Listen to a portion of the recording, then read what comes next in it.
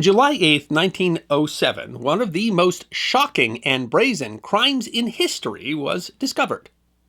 The Manchester Evening News reported incredulously that on the eve of the departure of the King and Queen on a state visit to Ireland comes the startling news that the jewels of the Order of St. Patrick have been stolen.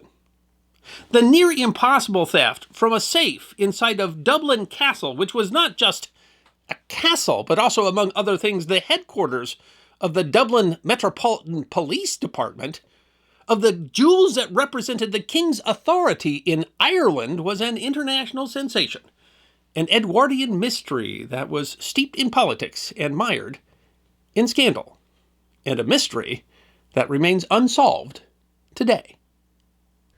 The National Archives of Ireland writes that the year 1907 saw the opening of the Irish International Exhibition in Herbert Park, Dublin, on 4 May, and the visit of members of the royal family to the exhibition in July. The exhibition was opened by the Lord Lieutenant, Lord Aberdeen, in May, and visited by King Edward VII, Queen Alexandria, and Princess Victoria on 10 July. Between the two events, in the intervening 2 months, something had taken place which was to have disastrous and far-reaching consequences. It seems that the jewels of the Order of St. Patrick had been stolen. The website of St. Patrick's Cathedral in Dublin explains that the most illustrious Order of St. Patrick was founded by King George III in 1783 as an honor for the more influential peers in Ireland.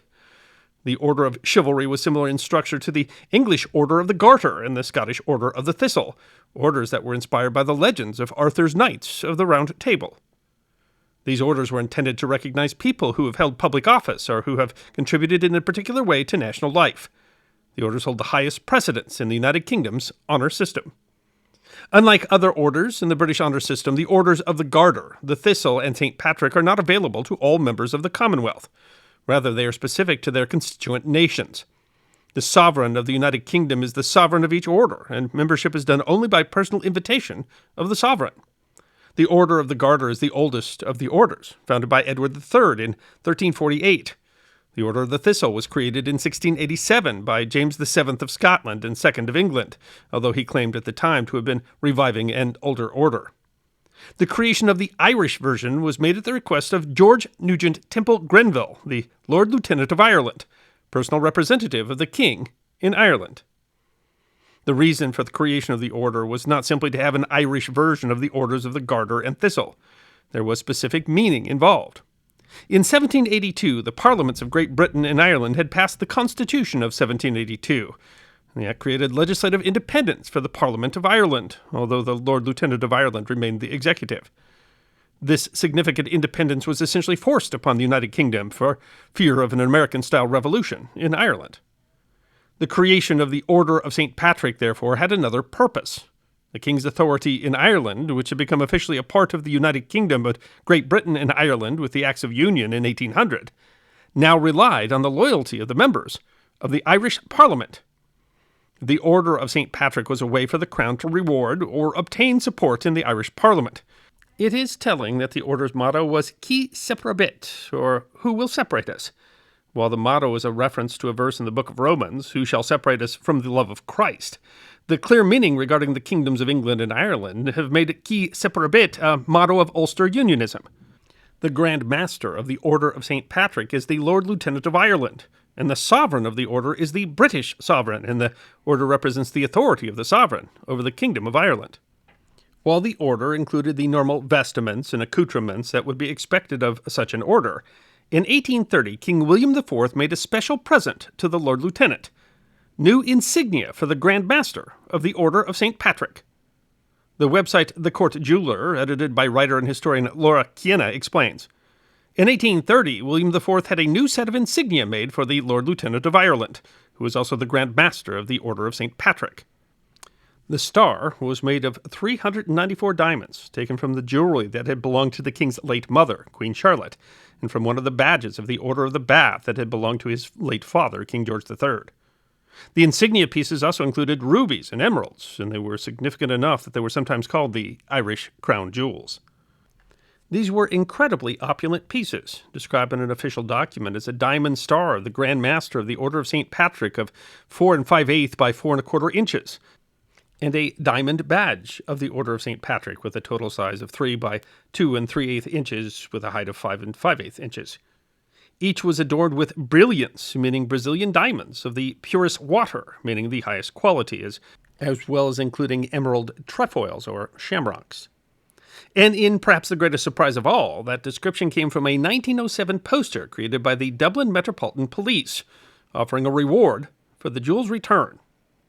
During a period of growing unrest and demand for independence in Ireland, on the eve of a royal visit meant to shore up Unionist support, the insignia of the Grand Master of the Order of St. Patrick were missing.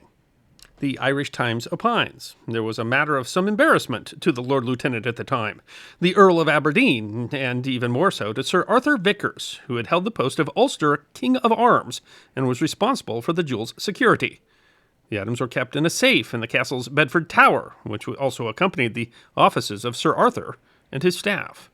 Sir Arthur Edward Vickers, a noted heraldic and genealogist, had been appointed the Ulster King of Arms, the principal herald of Ireland, in 1893.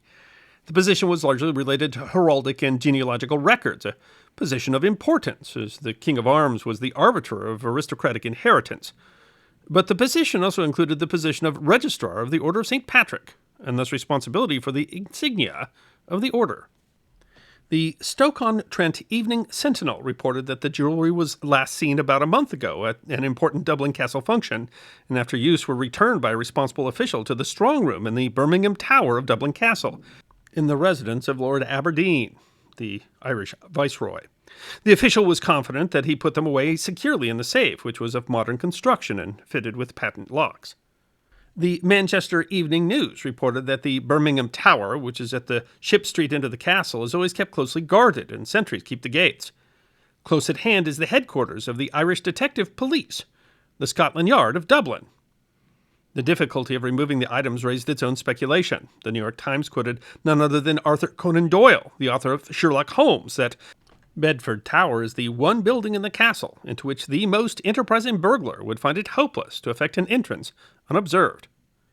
Doyle suggested that the jewels had not in fact been stolen, but simply hidden until after the king's visit in order to prevent an investiture of a new knight in the order, an act that would have had significance in a time of growing support for independence. The esteemed author offered his services to help solve the crime, but was refused. The Sentinel instead thought the crime must have been committed by professionals, and is thought by the cleverness by which the plan was executed that it must have been the work of an international gang of robbers, who may have come from America or the continent to the Dublin exhibition with a view to plunder, and then, learning the whereabouts of the crown jewels, turned their attention to them. The Sentinel went on. It will now be impossible to recover them, because by now the gold will have been melted and the stones recut. The paper reported that the thieves are believed to have brought the property to London for disposal. Despite the fear that the jewels had already been disposed of, the government offered a substantial £1,000 reward for information, leading to the return of the jewels and the capture of the thief or thieves. In fact, the stolen items were not quite as secure as the newspapers at the time suggested. The website History Ireland notes that the location where the jewels were to be kept had been moved from Birmingham Tower to a newly built strong room in the Upper Castle, which was to house the safe previously kept in Birmingham Tower. However, when the strong room was built, Sir George Holmes, chairman of the Board of Works, and Vickers discovered to their dismay that the safe could not go in by the door, nor in any other way.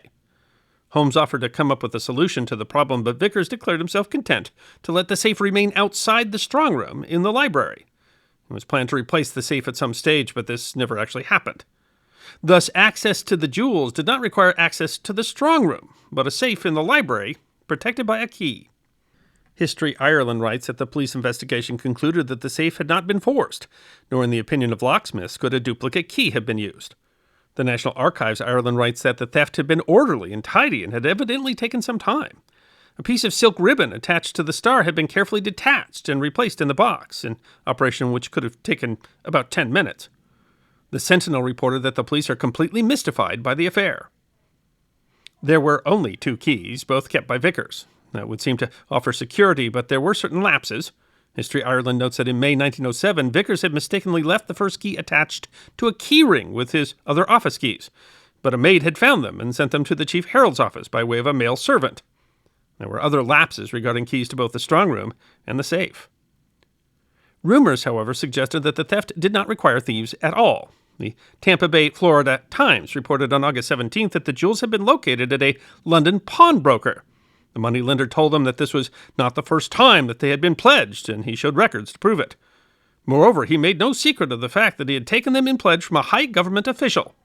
The paper went on to say that the scandal was being hushed up on account of the important office held by the person who pawned the jewels. But if so, it must have been very hush, as the jewels were never returned by any pawnbroker, and the story was not reported in the UK. However, that's not to say that the people in the UK did not suspect an inside job. The Swansea, Wales, Cambria Daily Ledger reported that a large section of the public opinion has never accepted the theory of an actual theft and has put the matter down to a practical joke. This opinion, the Ledger wrote, is founded on a story that has been current in the Irish capital for some time, to the effect that authorities have known all along where the jewels were, but have purposely delayed their restoration until the affair had been more or less forgotten. Still, the Ledger concluded, the whole business is very strange.